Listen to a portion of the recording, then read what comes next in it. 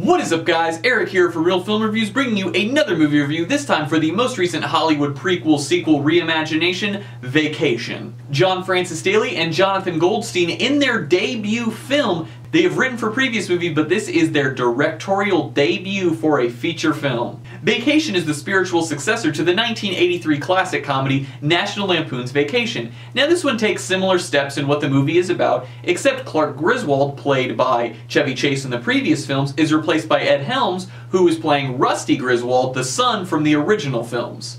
Now basically the story of Vacation is the same as the original National Lampoon's Vacation. Ed Helms is basically taking the place of Clark Griswold. He is just trying to take his family across the country to this amusement park called Wally World so that way they can have a fun time and rekindle their family love. But, of course, just like with the original, everything goes awry and hilarity ensues.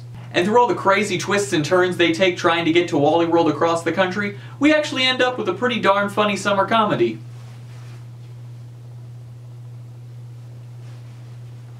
Going into Vacation, I had my doubts. It's a movie that's basically a reboot, kind of, to an old series that is very beloved by a lot of people, and I was worried since this one got the rated R rating, and rated R now means a lot different than rated R back then. I was worried they were going to go way more raunchy than was necessary and kind of just kill the vibe of the movie, but they actually didn't at all. This movie has a lot of heart and is a really happy movie, and there's not much in it in the way of like raunchy nastiness that feels unnecessary. There's maybe one scene in this whole movie that feels kind of raunchy, but it's for the scene. It doesn't feel like it's just there to be there. Now, in terms of things that I liked about this movie, the characters.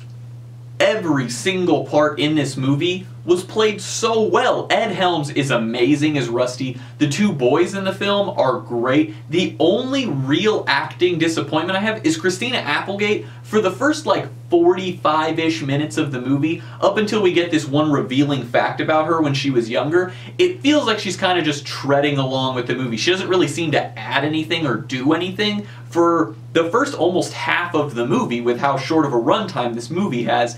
But once that happens, she starts to upkick her performance, and she gets a lot more interactive, and she's much more fun to watch after that. The script was pretty good, some jokes fell flat, but I'd say majority of them hit pretty well. The movie doesn't lay too heavily on the original, which is nice. It doesn't kind of rely on people having to see that first one and kind of be like, oh, I get that reference, because there are a few jokes like that thrown in, but not too much. And the big thing with this movie is the cameos from famous actors are out the yin-yang in this movie. They are everywhere, and it's kind of great. Skylar Gazondon and Steele Stebbins play the two boys. I hope I pronounced those names right.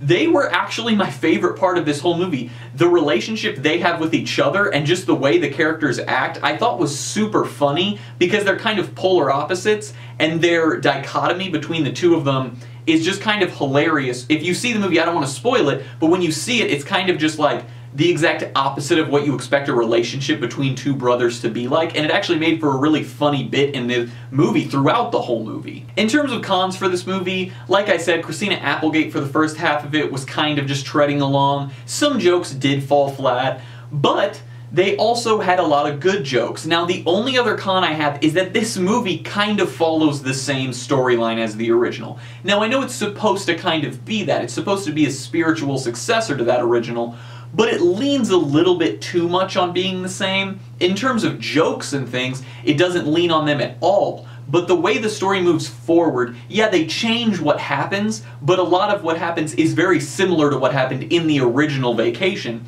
which is okay because they did change things, but you can still see that even though they rewrote the script with new things, they kind of kept those skeleton notes of what the original one had and then filled in the blanks with newer, more updated things that were also very funny. So it's not a humongous doc, but it is slightly a doc because it doesn't feel like a totally original new story. The only other thing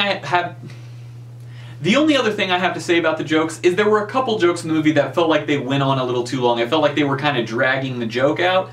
But even then, that happened very few times, maybe 2 or 3 times in the whole movie. This movie won't be revered like the old one, or really probably remembered too crazily. But if you want a fun summer movie to go laugh at with your friends that maybe you'll forget about in a week or so, I'd recommend checking Vacation out. It's not going to be this comedy that goes down in the books as one of the greats, but for being a reboot, it's actually pretty funny, and it's nice to see Hollywood make something where it is a reboot, but it is actually not bad. So I'd recommend checking out Vacation if you just want a fun comedy to go watch with your friends and laugh.